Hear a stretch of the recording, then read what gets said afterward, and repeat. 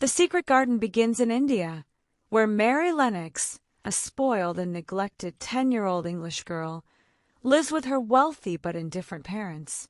Mary is a disagreeable child, accustomed to being waited on by servants and left to her own devices. When a cholera epidemic sweeps through her household, both her parents die, and Mary is sent to live with her reclusive uncle, Archibald Craven, at Misselthwaite Manor in Yorkshire, England. Misselthwaite Manor is a vast, gloomy, and imposing house that reflects its owner's melancholy and isolation.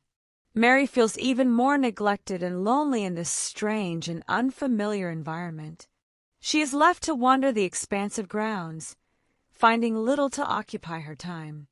The house is filled with whispers and secrets, and Mary is intrigued by the rumors of a hidden garden that has been locked away for 10 years, ever since the death of Mr. Craven's beloved wife, Lilias.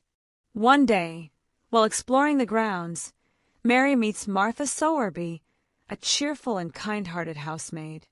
Martha's lively stories about her large, loving family and the Yorkshire moors begin to awaken Mary's curiosity and a longing for connection.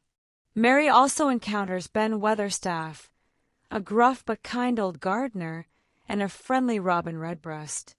Following the robin, Mary discovers a hidden key and, eventually, the concealed door to the secret garden.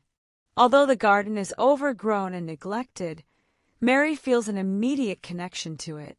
She begins to spend her days secretly tending to it, nurturing the dormant plants and restoring its former beauty.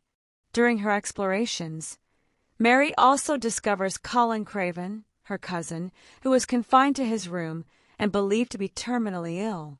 Colin is as spoiled and disagreeable as Mary was at the beginning of the story, but he is also deeply lonely and fearful. Mary's presence challenges Colin's self-pity and hypochondria. She tells him about the secret garden, and he becomes intrigued. Mary, Martha's brother Dickon, a nature-loving boy with a magical connection to animals, and Colin secretly begin to visit the garden together. Dickon's knowledge of plants and animals proves invaluable in restoring the garden to its former glory. As they work together, the children undergo a remarkable transformation. Mary becomes less selfish and more compassionate. Colin begins to regain his health and vitality, and they both discover the joy of friendship and the healing power of nature. Colin, who has been told his whole life that he is weak and sickly, begins to believe that he can walk. He and Mary engage in exercises and positive affirmations, gradually building his strength and confidence. They keep his progress a secret, fearing that the adults around them will undermine their efforts. As the garden flourishes, so do the children. Colin's health improves dramatically, and he begins to enjoy life outside his room.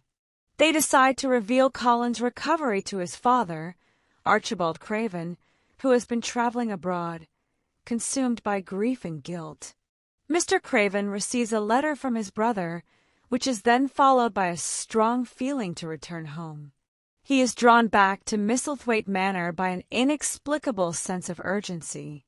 When he arrives, he is astonished to find Colin running and playing in the secret garden.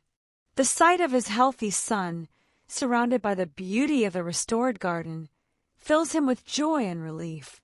The garden becomes a symbol of healing and renewal for the entire Craven family.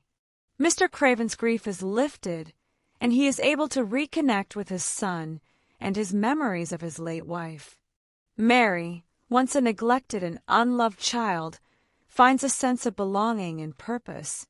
Colin, once a sickly and fearful boy, discovers his strength and vitality.